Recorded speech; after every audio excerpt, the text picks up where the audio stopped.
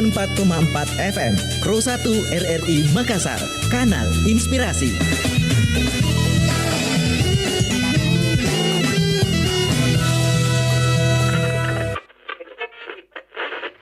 Assalamualaikum warahmatullahi wabarakatuh, pendengar Kiprah Desa dimanapun Anda berada. Dengarkan Kiprah Desa RRI Makassar. pertanian organik atau yang biasa kita kenal dengan pertanian sehat ramah lingkungan. Mulai dari proses budidayanya sampai panen itu tidak menggunakan bahan kimia apapun. Setiap hari pukul 19.30 waktu Indonesia bagian Tengah. Pro 1 RRI Makassar.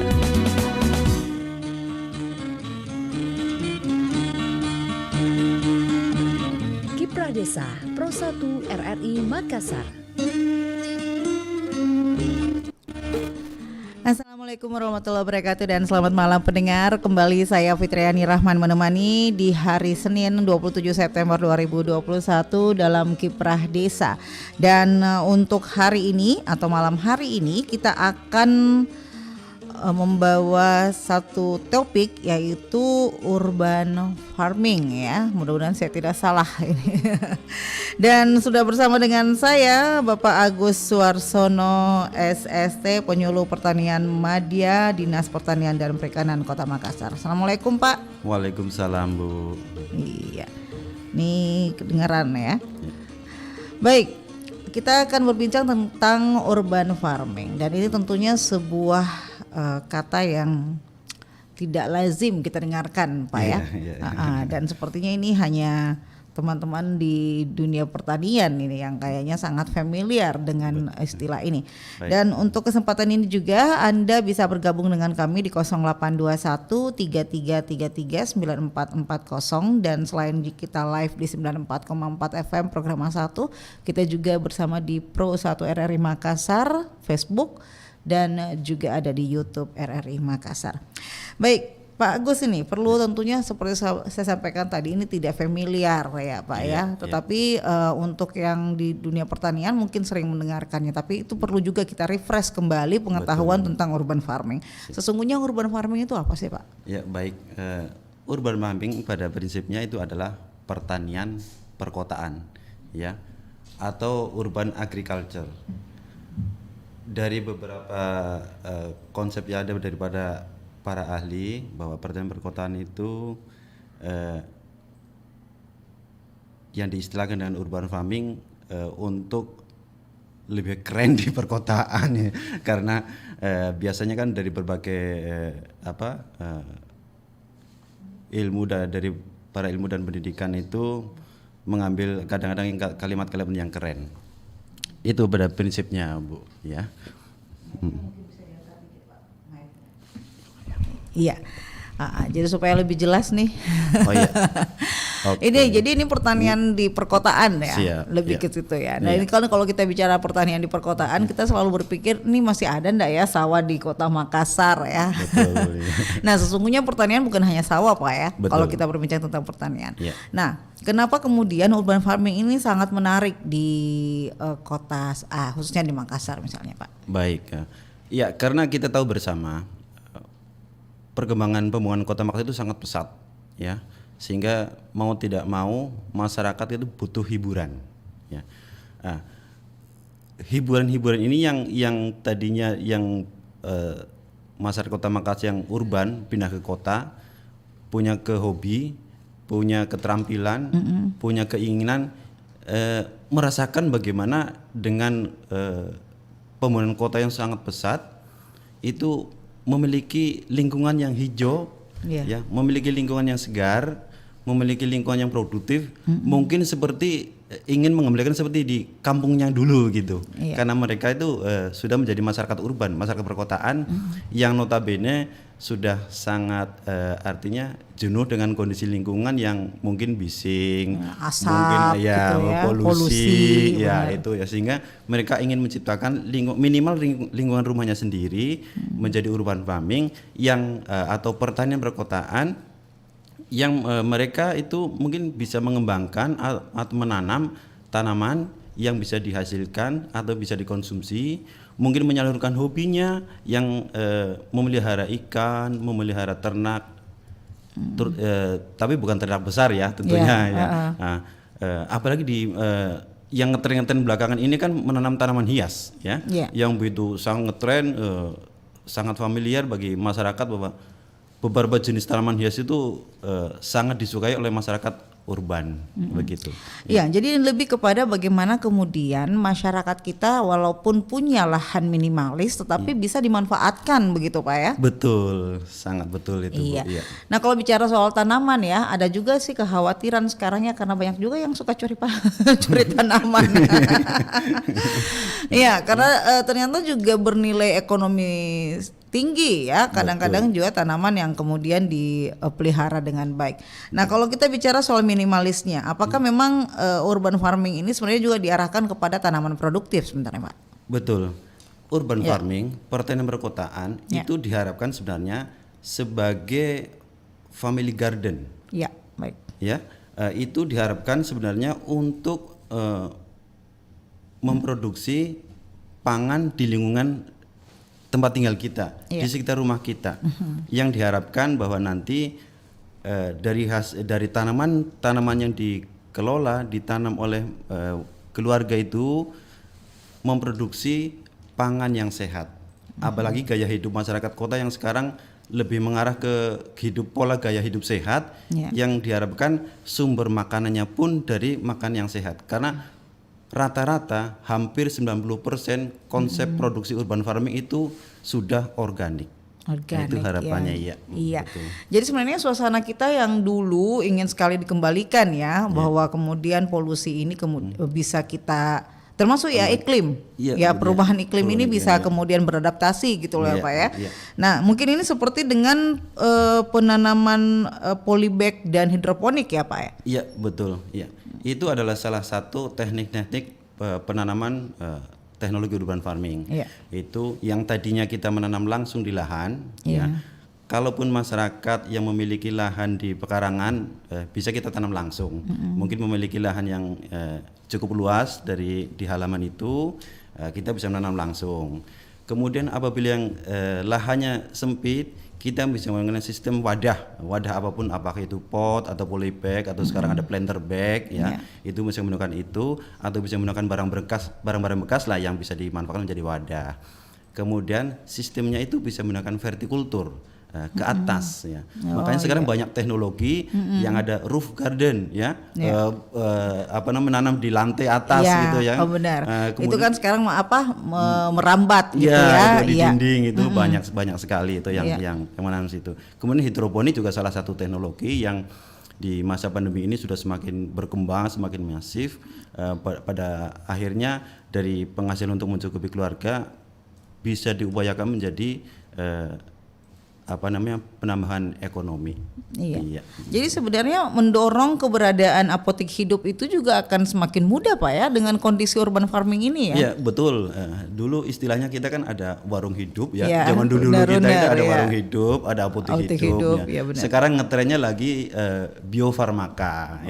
Biofarmaka namanya sekarang ya. Pengganti apotek hidup apotek nih. Hidup ya, diperkeren lagi. Benar.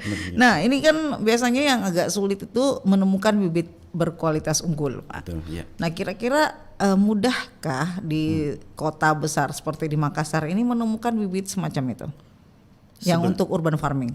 Betul ya. Sebenarnya kalau benih, pusat penjualan pertanian itu ada di Kota Makassar. Oh ya, gitu ya. Ya mungkin karena itu toko-toko itu banyak ya di jalanan benar. Banyak toko tani di Kota Makassar.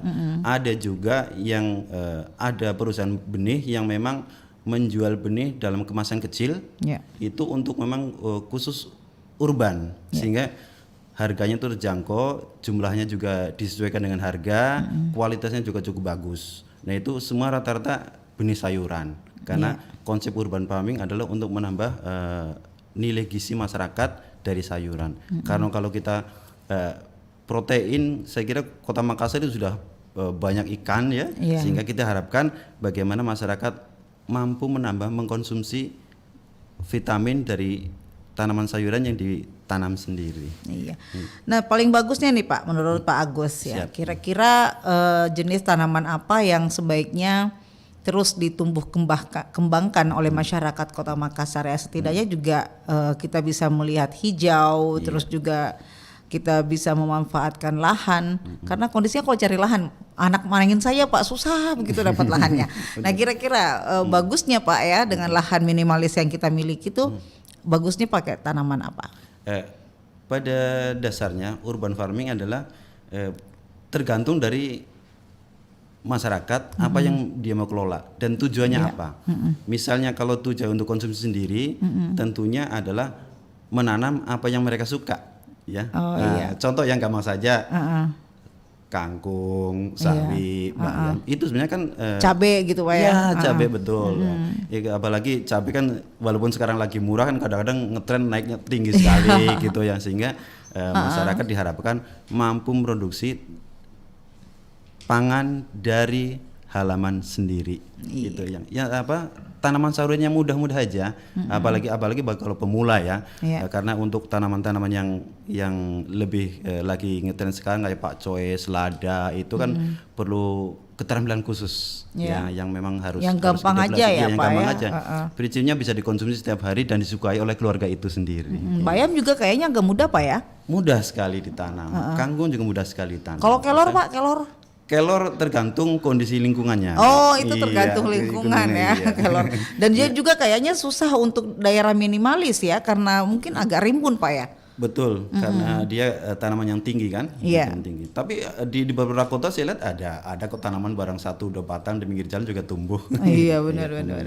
Baik pendengar, Anda bisa bergabung dengan kami 0821-3333-9440. Mungkin saja di antara Anda ada yang tertarik untuk mengelola lahan yang Anda miliki. Secara tentunya lahan kita itu adalah lahan minimalis ya di Kota Makassar. Rumah pada mepet-mepet gitu ya, dan kemudian kita tetap dituntut untuk mendapatkan asupan gizi yang lengkap pastinya, dan dengan cara urban farming ternyata ini sangat mudah untuk Anda dapatkan asupan gizi yang Anda inginkan pasti.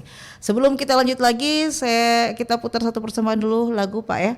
Baik, kita dengarkan dulu tentang Aku dari Jingga.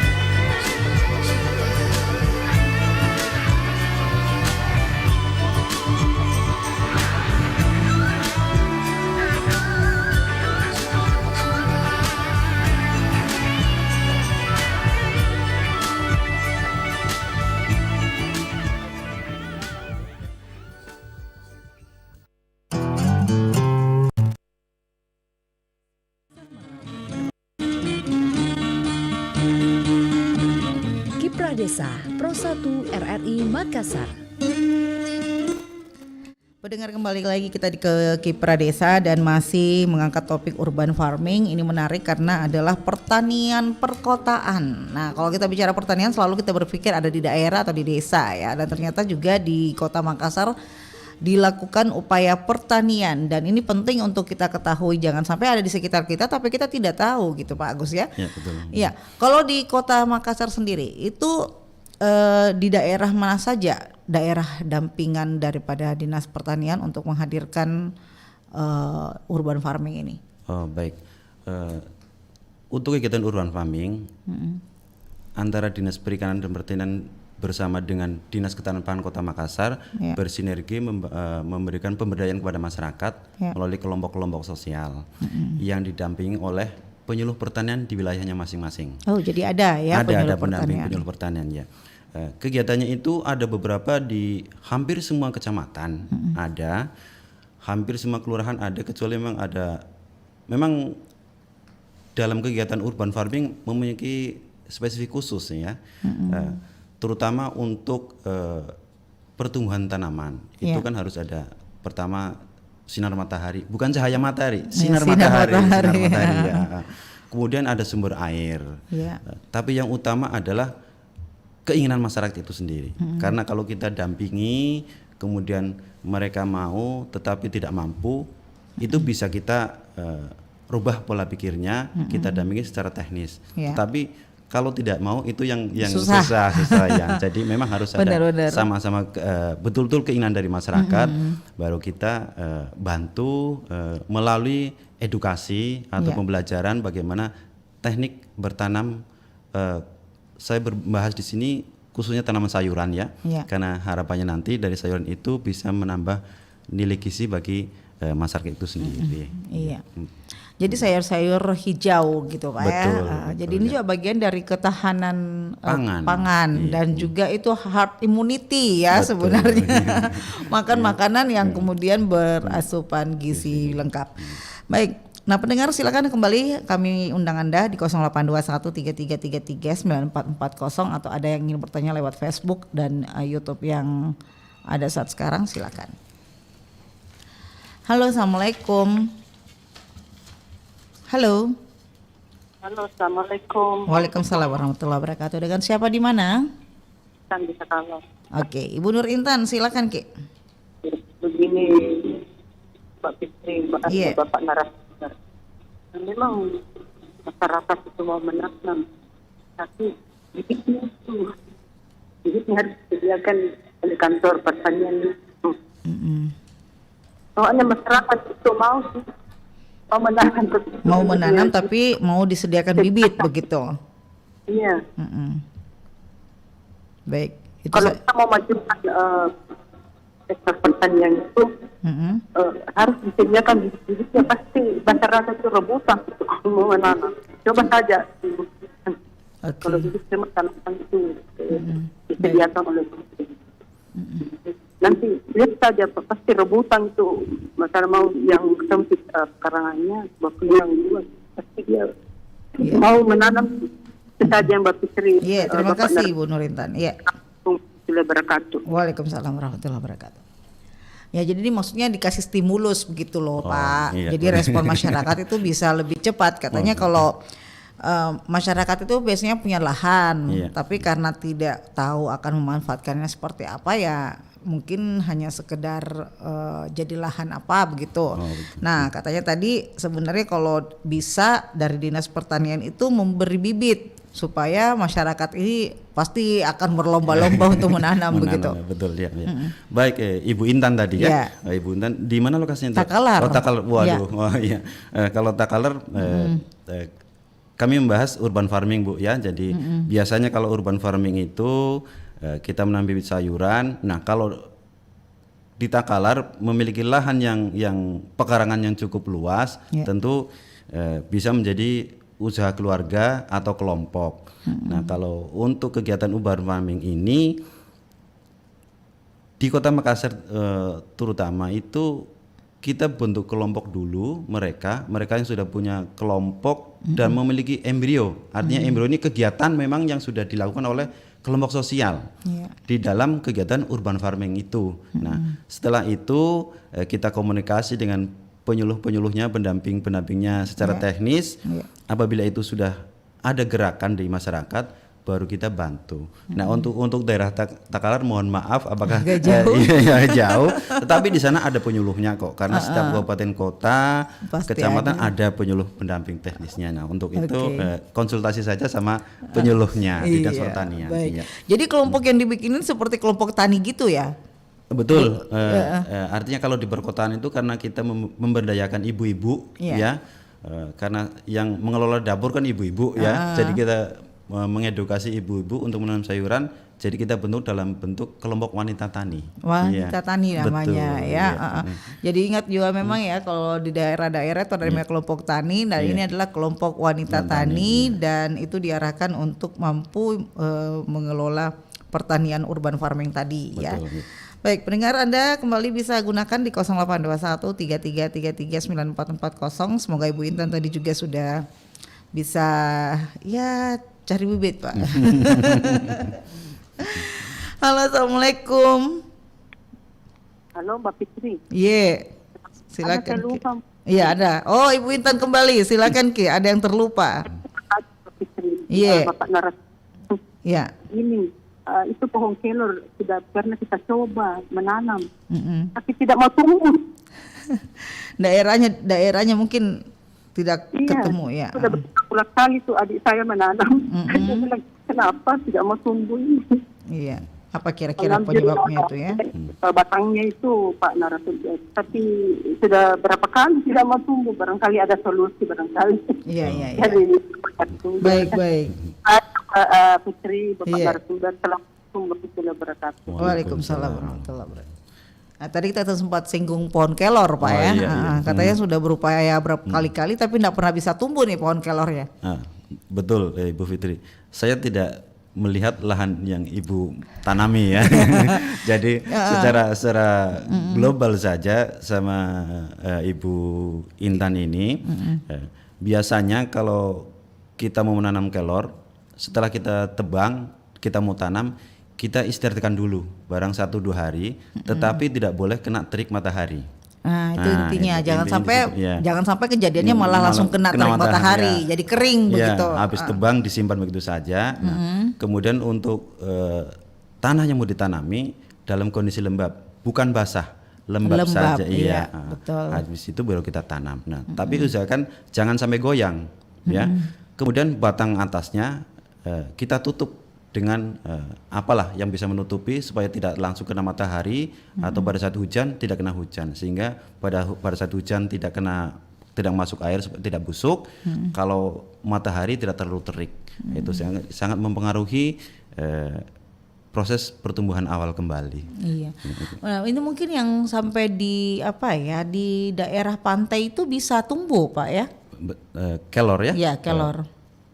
Di pulau gitu. Saya belum pernah lihat sih kebunnya, tapi di katanya Pulau Lelai ada. Di katanya ada ya, di Lelai ada ya. Betul.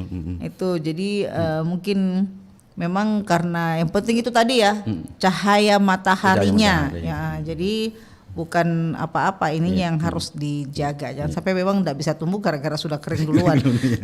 Padahal dia butuh kelembaban begitu. Baik, ada juga sebenarnya yang yang sudah menggunakan lahan minimalis yang dimiliki, Pak ya. Mungkin yang passionnya memang suka bunga, yang suka dengan tanaman, tapi juga yang kalau ketidaktahuan dalam pemeliharaan itu yang kadang-kadang juga tidak bisa berjalan baik loh Pak, karena biasa airnya mungkin berlebih atau bagaimana. Ada juga yang bilang bagus tangan orang yang itu juga dingin-dingin gitu Pak. Sebenarnya bagaimana proses yang baik ketika kita memelihara pertanian perkotaan ini di lahan kita gitu? Oh iya, menanam itu hampir semua orang bisa, ya. Karena kita tanam benih tumbuh, tetapi rasa pemeliharaan itu cenderung lalai. Artinya lalai, kurang perhatian karena setiap jenis tanaman itu beda-beda, ya. Sensi-sensi Pak ya. Betul. Betul. Apalagi kalau kita menanam bunga boh yang lagi ngetren sekarang, ya. Itu setiap jenis, setiap spesies itu perlakuannya beda-beda. Beda juga. Beda-beda ya. Karena ada yang kita kasih tanah subur dengan pupuk kompos malah layu. Ya, malah layu. Karena apa? Mungkin ada unsur-unsur tertentu yang kelebihan. Unsur hara misalnya. Unsur hara mungkin kandungan N-nya terlalu tinggi, tanaman itu tidak mau. Atau mungkin karena semangatnya menyiram, yang butuhnya hanya kelembaban, dia terlalu basah, akhirnya layu juga. Ya. Nah, kemudian untuk tanaman sayuran tentunya tanahnya tuh harus gembur, ya, harus banyak unsur hara, terutama kompos. Nah itu untuk tanaman sayuran rata-rata tuh harus memiliki kelembaban yang cukup tinggi, bukan basah, tapi cukup tinggi supaya ketersediaan air itu tetap lembab, tetap lembab untuk menjaga pertumbuhannya. Nah rata-rata itu biasanya pada saat menanam lalai di dalam pemeliharaan. Nanti kalau sudah layu, kenapa ini layu? Kenapa ini begini kuning begitu ya. Tapi yang ada yang lucu, Pak. Kayak kemangi. Itu kemangi itu memang bisa di semua lahan ya. Karena kadang-kadang kita ketemu di pinggir jalan gitu loh, Pak. Ada kemangi kok bisa tumbuh di antara rumput begitu. Iya, betul. Jangan kemangi, Bu. Cabai saja kadang-kadang ada di pinggir selokan kan. Malah itu tumbuhnya sehat. Tumbuhnya sehat. Iya, benar-benar. Kenapa kita kalau menanam cabai kok tidak buah-buah, ya malah layu, kadang-kadang keriting, tidak ada buahnya pun rontok. Nah, itu semua bahwa ada beberapa memang tanaman yang kalau sudah ketemu dengan lingkungannya dan cocok, dia lebih kuat. Nyaman ya dia nyaman di situ di sana. Dan malah sehat ya. Contoh lah kita lah, manusia di lingkungan tertentu dia kuat. Tapi kalau kita yang tidak pernah, tentu kena juga kan, juga lah. Nah, kemudian seperti itu juga tanaman, karena mereka juga makhluk hidup. Nah, mungkin kalau tanaman yang kita pelihara sudah bibitnya kita beli ya, udah dibeli mahal, sudah diurusin, tiba-tiba jadi akhirnya malah kayak cengeng kan, kayak manja cengeng. ya, betul, maunya diperhatiin gitu kan. Nah itu memang perlu keahlian khusus. Makanya saya biasa bilang bertani itu mudah tapi tidak gampang, atau gampang tapi tidak mudah. Memang perlu edukasi, perlu belajar. Iya. Satu penelpon di 2 menit terakhir nih loh, Pak. Halo. Iya, jadi pendengar, untuk Anda juga ya belajar untuk memahami tanaman ya. Tanaman kadang-kadang ambekan juga ternyata ya. Halo, Assalamualaikum. Oke. Ya, kita di penghujung perbincangan nih Pak Agus. Senang sekali tentunya kita berbincang lebih jauh tentang urban farming. Tapi nanti ini kan baru awal saja ya. Tidak berarti bahwa kita mengakhiri perbincangan tentang urban farming sampai di sini ya. Karena kita semakin penasaran sebenarnya.